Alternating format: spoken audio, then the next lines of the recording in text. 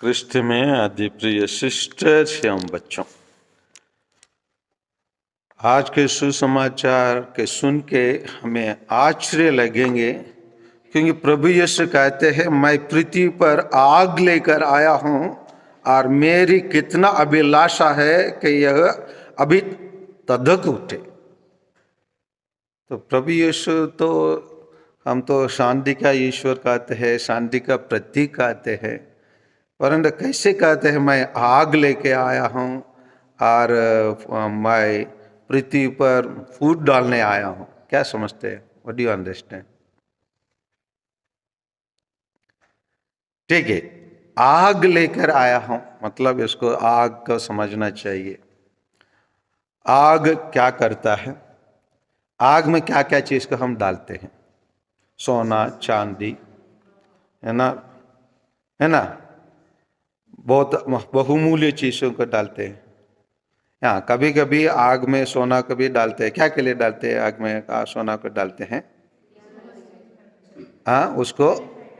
उसको प्यूरिफाई करने के लिए, शुद्ध करने के लिए, उसके बाद उसको निकालते हैं।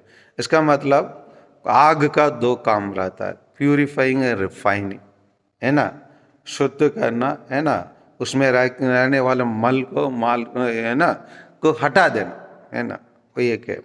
दूसरा है यहाँ प्रभु आग लेकर आया, मतलब प्रभु यीशु यहाँ मैं न्याय लेके आया, न्याय करने के लिए आया हूँ, न्याय दिलाने के लिए आया हूँ। और तीसरा इसका मतलब होता है आग लेकर आया हूँ मतलब लोगों को दो दल में बांटने के लिए।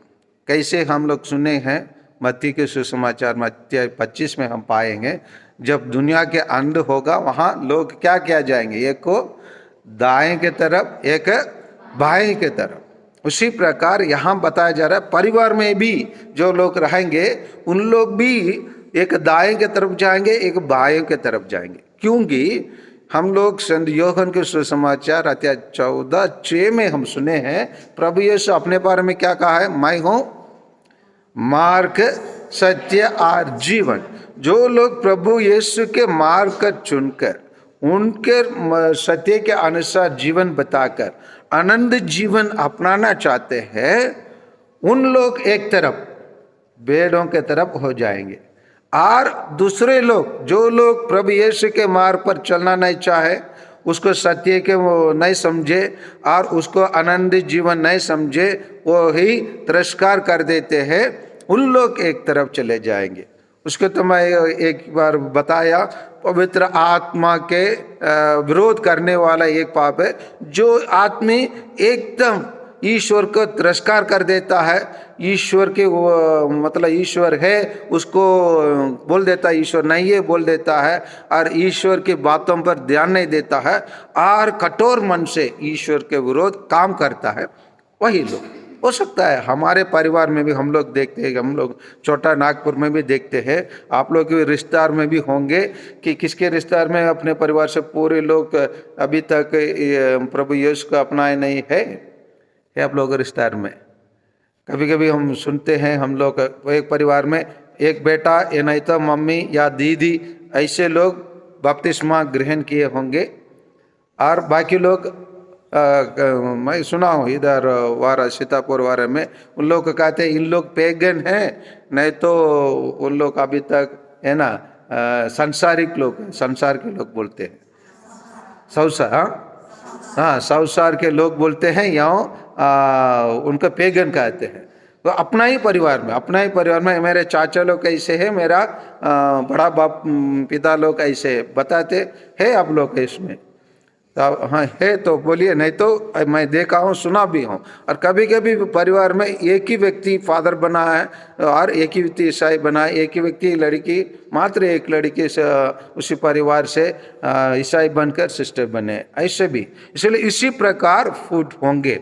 और प्रभु यीशु आग लेकर आया, मतलब आग लोगों को बपतिस्मा देने आए हैं, और वो स्वयं कहते हैं कि मेरे लिए एक बपतिस्मा की आवश्यकता है, मैं लेना है, और मैं उसके लिए कितना व्याकुल हूँ बता दे। बपतिस्मा ग्रहण करना है। वास्तव में वो तो जोर्दन नदी में तो बपतिस्मा संत यूहन्ना बपतिस्मा के द्वारा ग्रहण किया। हर एक बपतिस्मा बताते हैं वो क्या है, वो है उसका मृत्यु, क्योंकि उसके मृत्यु के द्वारा ही हम अपना आनंदित जीवन पाएंगे। जब वो मरेंगे तो हमारे पापों के लिए क्या क्या जाएगा, रेमेडी होंगे, मतलब प्रायश्चित के लिए। हाँ, एक क्या बोलेंगे, सजा के लिए। कभी कभी इस कोर्ट में क्या करते हैं, सजा के लिए फाइन भरने के लिए बोलते हैं, है ना, फाइन जुर्माना पड़ता है। उसी प्रकार हमारे पापों के लिए प्रभु यीशु अपने जीवन को जब निस्वार करेंगे तब तो वो आनंद जीवन को हमारे लिए खरीद सकते हैं। उसी के लिए प्रभु यीशु क्या करते हैं, मैं कितना व्याकुल हूँ, मतलब आई एम व्याकुल, मतलब मैं बहुत तैयार भी हूँ, उसी के लिए मैं इंतजार कर रहा हूँ, ताकि दुनिया के लोगों के लिए मैं आनंदित जीवन, अपने जीवन को अर्पित करके मैं पिता के लिए, पिता क्या है, पिता का चाचा है कि जैसे एक चीज को खरीदना है, उसका मूल्य बहुत महंगा है, उस मूल्य को जब तक कोई नहीं देंगे, दुकानदार देंगे क्या, नहीं देंगे। तो दुकानदार के लिए जैसे हम लोग पिता ईश्वर को दुकानदार समझिए, क्योंकि वो हमारे पापों को खरीदना चाहता है। वो पापों को मूल्य, पापों को क्यों नष्ट करना चाहता है, वो ऐसे नष्ट नहीं होगा एक शब्द बोलने से नहीं, क्योंकि वो घोर पाप है। उस पाप को नष्ट करना है तो एक जीवन को बलिदान करना पड़ता है। इसीलिए हम अन्य धर्म में हम लोग इस चीज़ को देख सकते हैं। उन लोग इसके लिए मेरे लिए क्या करना पड़ता है, उन लोग को बोलते हैं 7 बार जाके आप गंगा में डूब लगाओ, नहीं तो बकरा चढ़ाओ, नहीं तो आपको पंडित के लिए ये दे दो। इसी प्रकार कुछ ना कुछ बताते हैं, कुछ पाप गलत हो गया था उसको ठीक करने के लिए। उसी प्रकार यहाँ ईश्वर अब दुनिया के पापों के लिए कुछ चीज को बलिदान को रूप में चाहता है, उसी को दुनिया के लोग, कोई भी लोग बराबर नहीं कर सकते थे।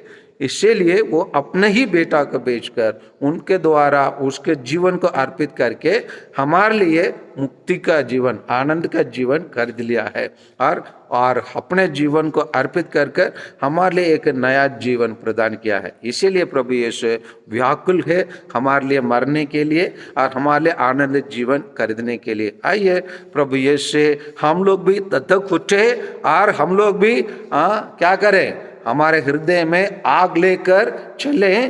क्योंकि ये आखिरी में पढ़ लीजिए संत यूहन्ना के सुसमाचार अध्याय 14, 17, 14, 17 को 2 पढ़िए।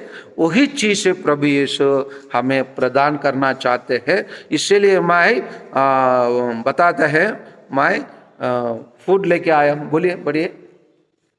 14, 17।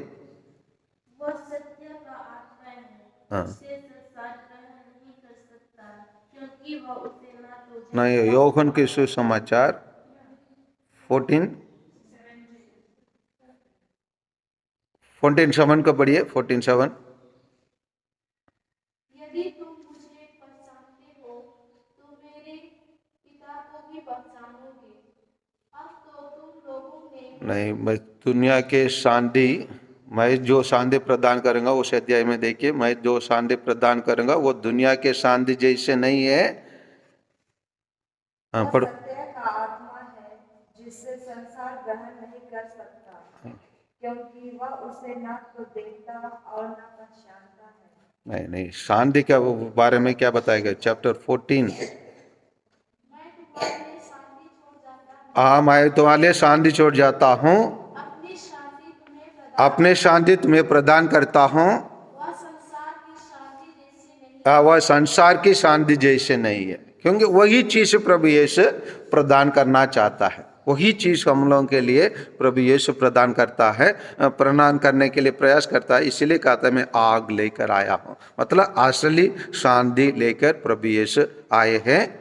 आमीन।